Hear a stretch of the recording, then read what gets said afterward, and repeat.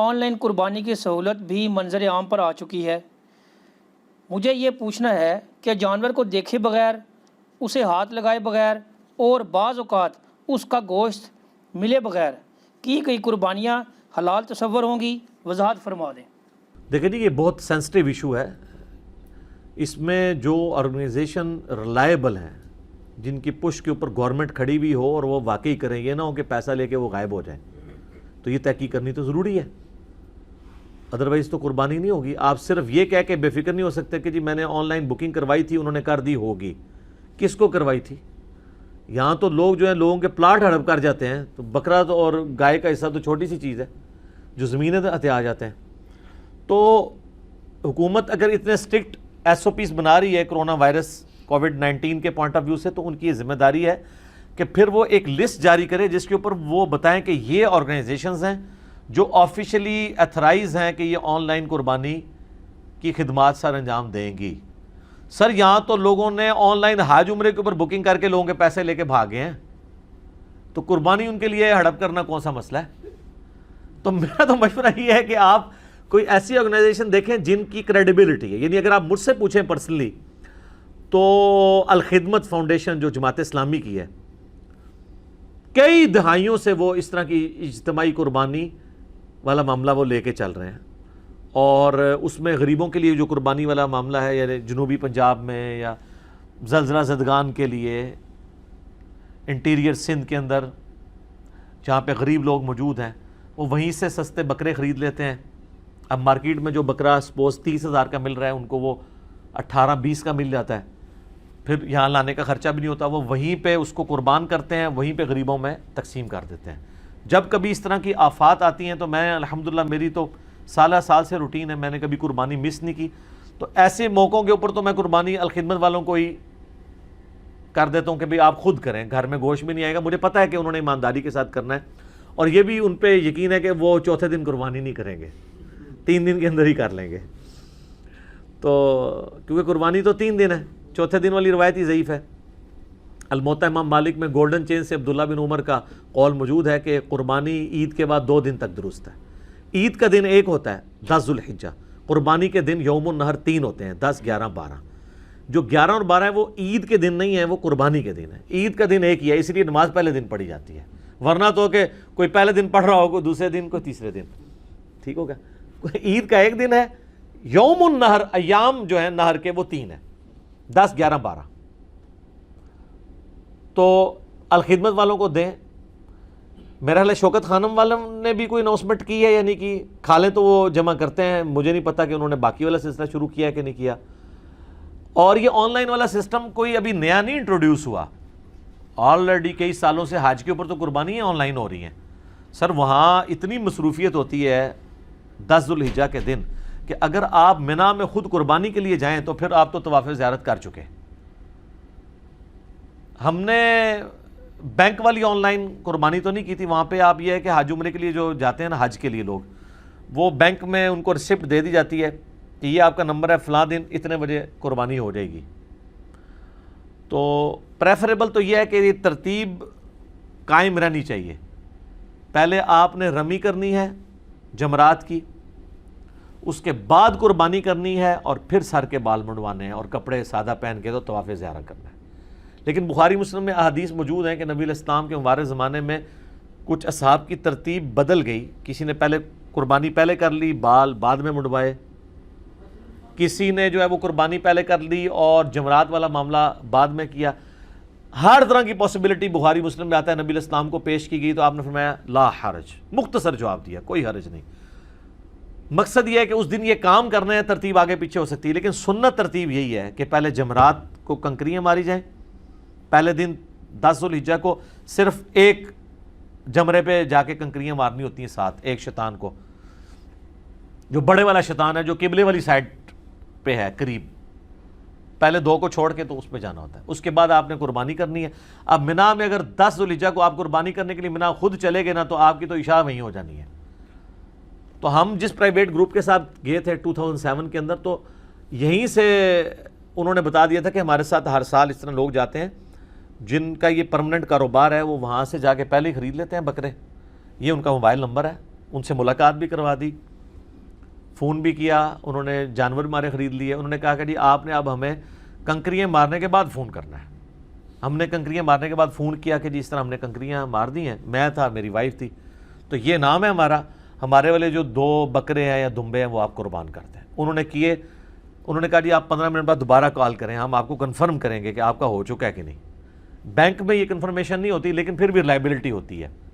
ہم نے تو اس کو ایکسٹرا انشور کیا. پھر ان کو فون کیا, انہوں نے کہا ہاں جی ہو گئی ہے, آپ جا کے سر کے بال منڈوا لیں.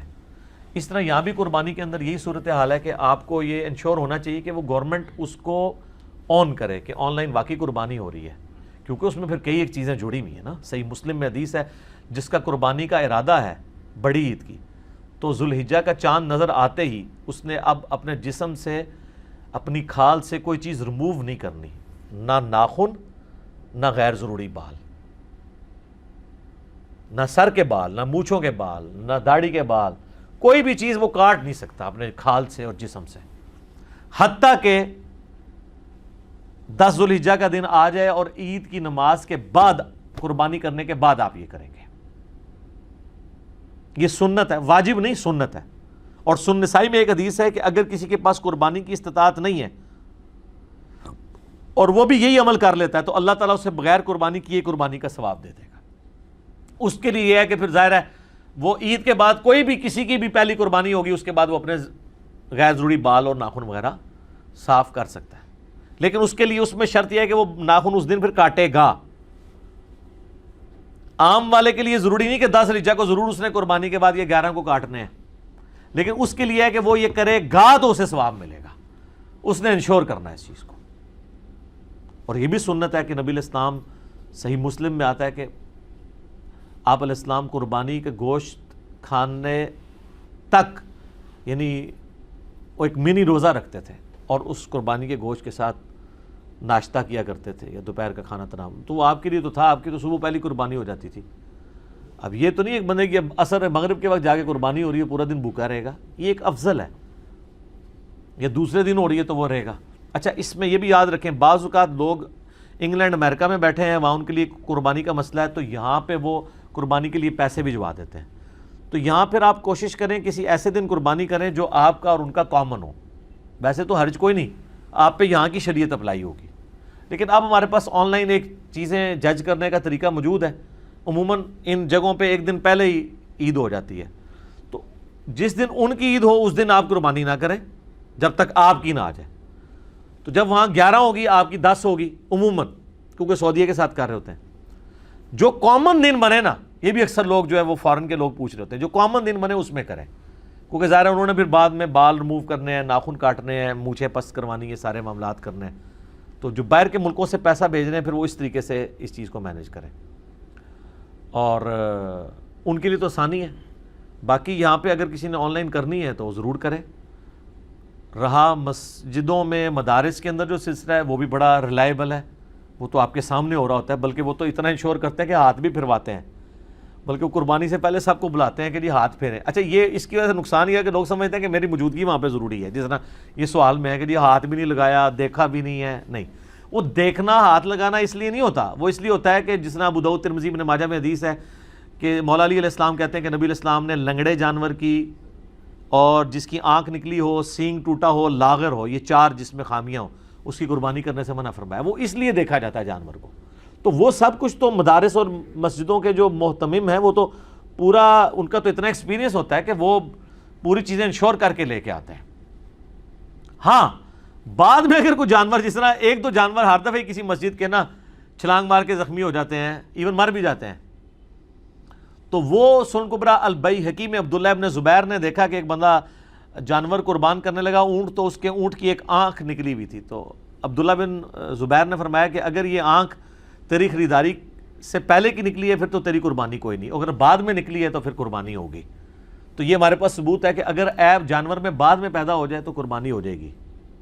پہلے تھا, آپ کو پتہ بعد میں چلا, سر آپ وہ آپ کسائی کے والے ہی کریں, قربانی آپ کی کوئی نہیں ہونی. اس میں فقہ حنفی کا ایک بڑا ڈینجرس مسئلہ ہے کہ اگر آپ پہ قربانی واجب تھی بقول ان کے, کیونکہ سنن ابن ماجہ میں ایک حدیث ہے کہ جو استطاعت کے باوجود قربانی نہ کرے, یہ المستدل الحاکم میں بھی حدیث موجود ہے, وہ ہماری عیدگاہوں سے دور رہے. اس میں سخت وعید ہے. اس کی وجہ سے حنفی یہ سمجھتے ہیں کہ عید قربان کی قربانی صاحب حیثیت کے اوپر فرض ہے, واجب یعنی کہ. جبکہ دوسری طرف سنن کبریٰ البیہقی میں, المصنف ابن ابی شیبہ میں موجود ہے کہ سیدنا ابو بکر و عمر رضی اللہ عنہما استطاعت کے باوجود بھی بعض اوقات قربانی چھوڑ دیتے تھے تاکہ امت اسے واجب نہ شمار کر لے. راجح قول یہی ہے کہ یہ سنت ہے. شیعہ کے نزدیک بھی سنت ہے. اہل سنت میں صرف حنفیوں کا اختلاف ہے, باقی شافعی, مالکی, حنبلی سب کے نزدیک سنت ہے, یہ واجب نہیں ہے. چلیں اگر کوئی اسے سنت تاکیدی اور واجب بھی سمجھ لیتا ہے تو وہ یہ کہتے ہیں کہ جس کے اوپر یہ یعنی وہ نہیں تھی واجب اور اس نے جانور لے لیا اور اس کا جانور مر گیا یا چوری ہو گیا, تو اب اس پہ واجب ہے کہ دوسرا جانور لے. اگر اس پہ واجب نہیں تھی اور اس نے لیا اپنی شوق سے, پہلے بیچارے نے بڑی مشکل سے جوڑ کے لیا, وہ کہتے ہیں اس کا چوری ہوگا تو وہ نیا لے گا, اور جس پہ واجب تھی اس کا اگر چوری ہو گیا مر گیا وہ اس کو نیا لینے کی ضرورت نہیں ہے. آلموسٹ تقریباً جو ایک لاجک پہ چیز چل رہی ہوتی ہے اس کے اپوزٹ ہوتی ہے ان کی ایک چیز, وہ آپ اس میں اب آپ دیکھ لیں. تو اگر آپ یہ سمجھ رہے نہیں ہیں اس سے جا کے مسئلہ پوچھ لیں. وہ کہیں گے جی اصل میں نا وہ اس کو اس لیے ہم بتاتے ہیں کہ اس پہ تو اللہ نے واجب رکھی نہیں تھی تو اس نے خود اپنے اوپر واجب کروا لی تو ہن بھگتے. ٹھیک ہے, یعنی آندہ کدے بھی قربانی دی نیت بھی نہ کرے بھول کے, اینو کہنے نیکی گلے پہنا, او دے ایسے گلے پوے نیکی کہ آندہ نیکی دی نیت بھی نہ کرے. سب کہانیاں ہیں, فتوے ہیں, مولویوں کے اپنے اجتہاد ہیں, یہ کوئی شرعی مسائل نہیں ہیں. تو ان ساری چیزوں کو انشور کرنا, اور یہ بھی یاد رکھیے گا صحیح مسلم میں حدیث ہے کہ قربانی صرف دوندے کی ہوگی. ہاں, یہ نہ وہ کہتے ہیں پکا کھیرا ہے, سال ہے, وہ بہت کیٹاسٹرافک کنڈیشن ہے, اور وہ بھی بھیڑ کے لیے ہے, نہ بکری کے لیے ہے نہ گائے کے لیے. وہ بھی ایک اگر نہ پائے. میں نے قربانی کے مسائل کے اوپر بڑا ڈیٹیل لیکچر دیا ہے, مسئلہ نمبر 52 آپ دیکھ سکتے ہیں. بلکہ ہم نے ارادہ کیا کہ اگلی مجلس ساری قربانی کے اوپر رکھیں, وہ سارے مسائل مجلس میں بھی ایک دفعہ کریں, اور جو جدید مسائل آ رہے ہیں اس میں وہ ساری ڈیٹیلز کے ساتھ ہم ان کو کور کر لیں. تو اس کیس میں آن لائن قربانی ہو جائے گی آپ کی, بس صرف ان کو انشور کر لیں. گوشت آپ کا خود کھانا ضروری نہیں ہے, غریبوں میں تقسیم ہو گیا. یہ ویسے جو یہ صرف ایک مستحب ہے, وہ اجتہاد کی ہے سورہ حج کی آیت کے تحت کہ جو تم اللہ کی راہ میں اونٹ گراؤ حج کے موقع کے اوپر, حج تمتع پہ یا قران پہ, تو خود بھی کھاؤ, غریبوں کو بھی دو, اپنے رشتہ داروں کو بھی کھلاؤ. اس کے ایسے کہتے ہیں 3 حصے کر لیے جائیں. آپ سارا بھی خود رکھ لیتے ہیں تب بھی جائز ہے, سارا بانٹ دیتے ہیں تب بھی جائز ہے, اس میں کوئی ریسٹرکشن نہیں ہے. ایک چیز ہے, بخاری مسلم میں حدیث ہے کہ جس سال قحط پڑا تھا نبی علیہ السلام نے 3 دن سے زیادہ قربانی کا گوشت رکھنے سے منع فرما دیا تھا, اور صحابہ کو انشور کیا تھا کہ یہ سارا آپ تقسیم کریں. اس کے تحت میرا اجتہاد ہے کہ اگر غربت عام ہو جائے یا کوئی کیٹاسٹرافک کنڈیشن ہو, زلزلے کی یا سیلاب کی یا کوئی قدرتی آفت, تو پاکستانی حکومت یہ اناؤنسمنٹ کر سکتی ہے کہ کوئی شخص اپنے گھر 3 دن سے زیادہ گوشت نہیں رکھے گا, یعنی 3 مہینے چلتا رہے. تقسیم کریں لوگوں میں. اگلے زمانوں میں آپ کو پتا دھوپ میں خشک کر کے گوشت سنبھال لیا کرتے تھے. یہ ایام تشریق 4 کیوں ہیں, ان 4 دنوں میں وہ گوشت کو خشک کیا کرتے. تشریق کہتے ہیں نا دھوپ میں خشک کرنا. آج بھی جو لوگ اس فن سے, اس زمانے میں ظاہر ہے آپ کو پتہ ہے فریج تو نہیں ہوتے تھے, تو دھوپ میں خشک کر کے تو وہ گوشت سیو کر لیتے تھے آپ 5-6 مہینے تک بھی, اس میں پھر بیکٹیریا نہیں پڑتا تھا. یہ اللہ نے گوشت کے اندر ایک ایسی خاصیت رکھتی ہے, جس طرح سرسوں کے تیل کے اندر یا کسی بھی آئل کے اندر آپ کو چیز ڈال دیں بیکٹیریا نہیں پڑتا. اچار آپ سال ہر سال رکھیں, اچار خراب نہیں ہوتا اگر اس کا پانی ایک دفعہ آپ نے ریموو کر کے اسے ڈبویا ہوا ہے آئل کے اندر. اسی تو پرانے زمانے میں جب لوگ سفر پہ جاتے تھے اچار لے کے جاتے تھے, سالن بنانا ہی نہ پڑے, اچار رکھا اور کھا لیا. تو آن لائن قربانی صرف اس صورت میں ہوگی جب وہ ساری کی ساری کمپنیاں انشور ہو, گورنمنٹ ان کے پیچھے کھڑی ہو, واقعی کریں گے, پیسے لے کے بھاگ نہیں جائیں گے, تو وہ پھر جواز کی حد تک ہے. بہرحال اس کو آخری درجے میں میرے خیال میں تو اوائڈ کریں, سوائے ان آرگنائزیشن کے جو سال ہر سال سے یہ ذمہ داری کے ساتھ کام کر رہے ہیں, ان کو آپ ضرور دیں. ٹھیک ہو گیا. ٹھیک ہے جی, جزاکم اللہ خیرہ.